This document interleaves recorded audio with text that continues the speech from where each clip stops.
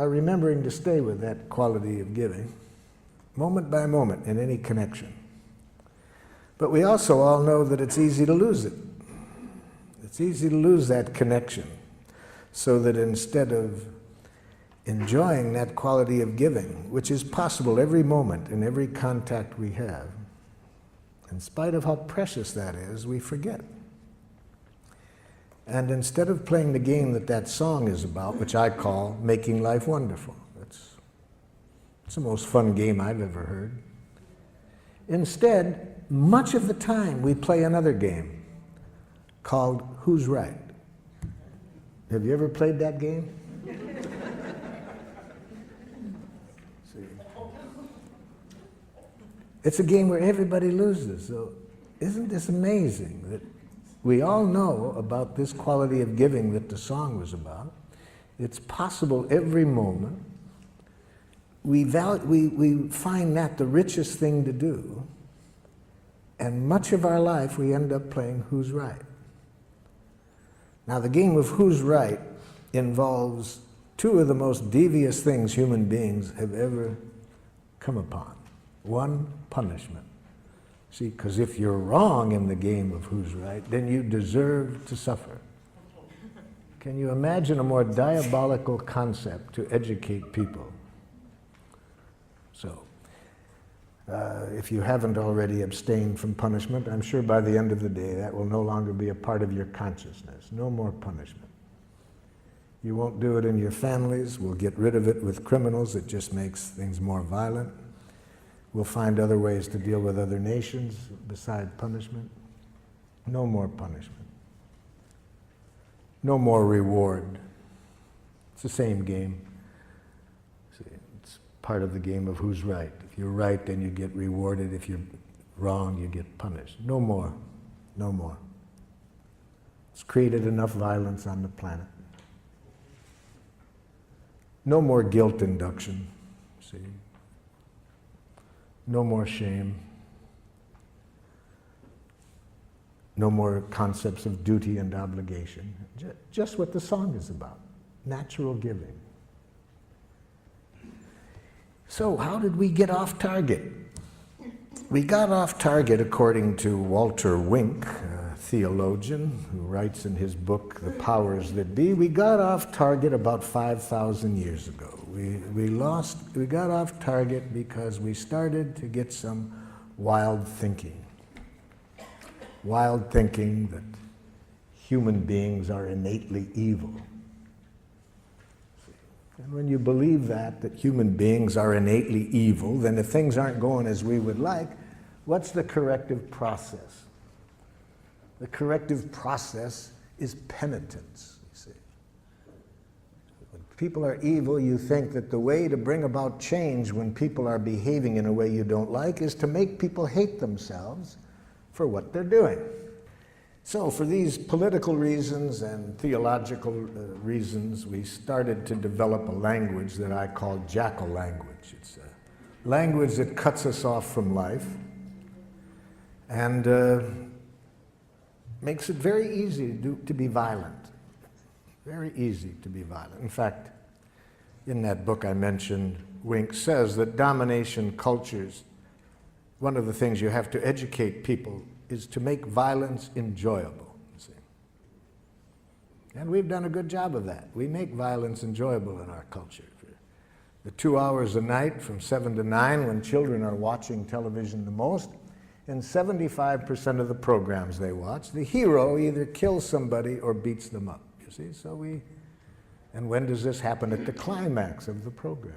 We've been educated for quite a while to make violence enjoyable. So even though I think what that song was about is what is really closer to our nature, this natural giving, we've been educated to make violence enjoyable, and educated in a way we can even be violent to our children. So what is Jackal Language like? See, Jackal Language, as I've mentioned, is a language of moralistic judgments. You think in terms of who's right, who's wrong, who's good, who's bad. And when you mention change, yes, we want change at times. So how do you get change in the Jackal system? Watch a parent try to bring about change in the child. This is a parent teaching a young child say one of the most important words in Jackal. Say you're sorry. I'm sorry. You're not really sorry. I can see it. You're not really sorry. I'm sorry. Okay, I forgive you. Can you imagine a game like that? Can you imagine a parent responding to a child that way? And if a parent is going to do that to a child in their own family, what are they going to do to people from other cultures who behave in a way they don't appreciate? So of course you're going to have violence wherever you have this kind of thinking. In cultures that do not have this thinking, you don't see violence, you see.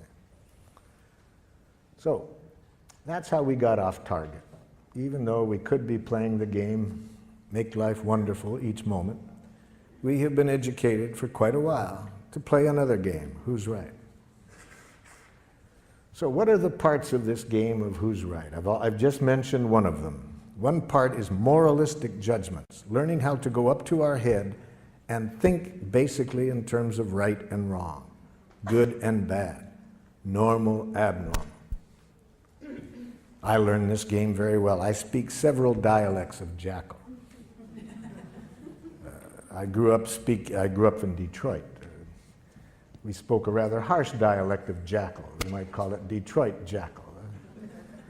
For example, if I'm out driving and someone is driving in a way that I don't like, and again, I want to install change, you see, I roll down the window, idiot!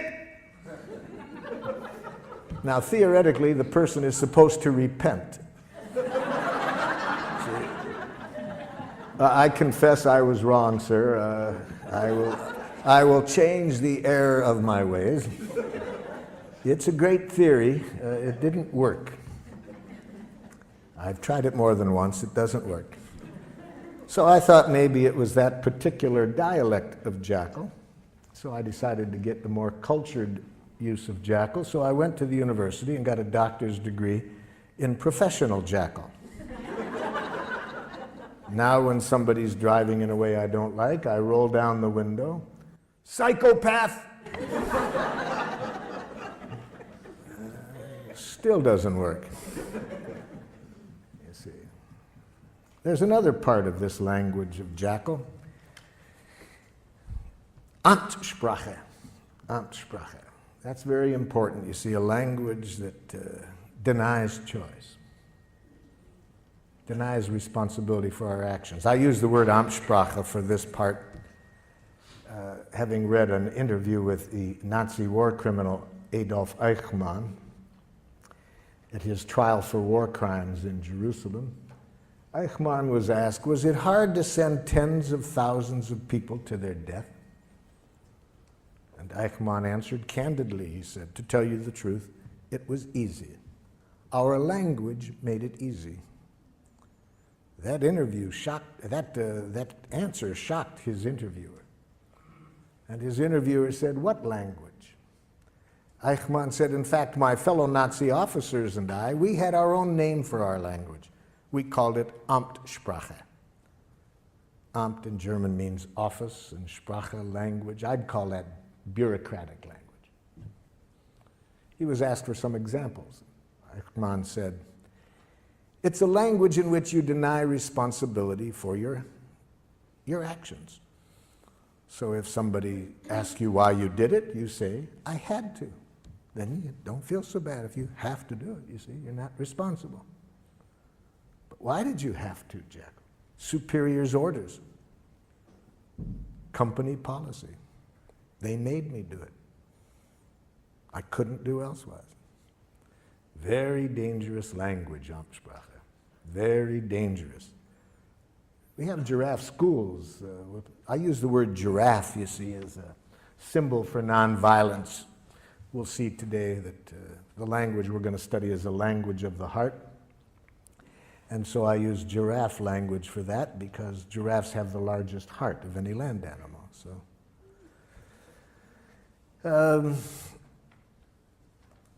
giraffe requires always being conscious of choice, you see.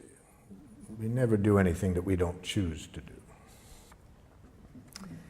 But I was teaching giraffe to a group of parents and teachers in one community, and we have giraffe schools throughout the world. We have 5 in Israel, 4 in Palestine, some in Serbia, and so forth.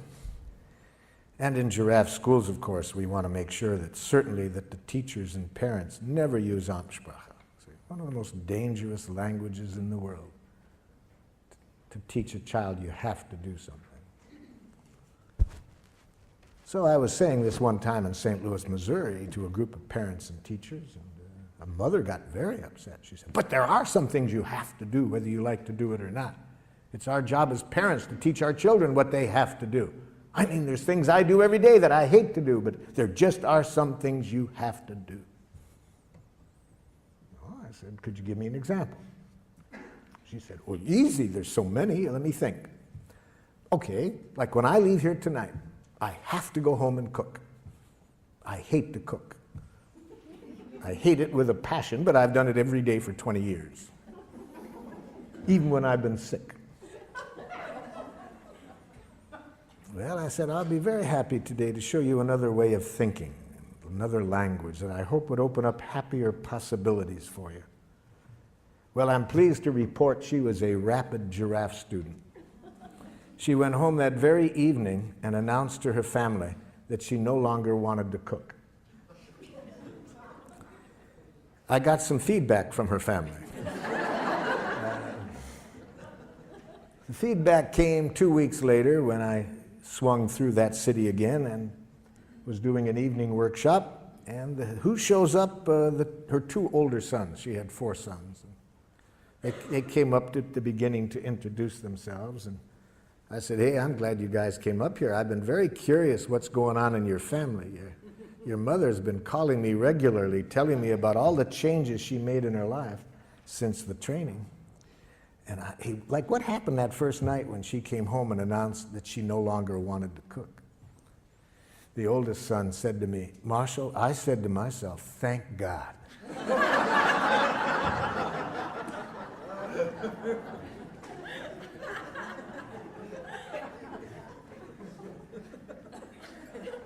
I said, "Help me understand that one." He said, "I said to myself, now maybe she won't complain at every meal, you see." You see, natural giving, what I started the day off with that song, anything we do in life that isn't coming out of that energy, we pay for it and everybody else pays for it. Anything we do out of fear of punishment, if we don't, everybody pays for it. Anything we do for a reward, everybody pays for it. Everything we do to make people like us, everybody pays for it. Everything we do out of guilt, shame, duty, obligation, everybody pays for it. That isn't what we were designed for. We were designed to enjoy giving, to give from the heart,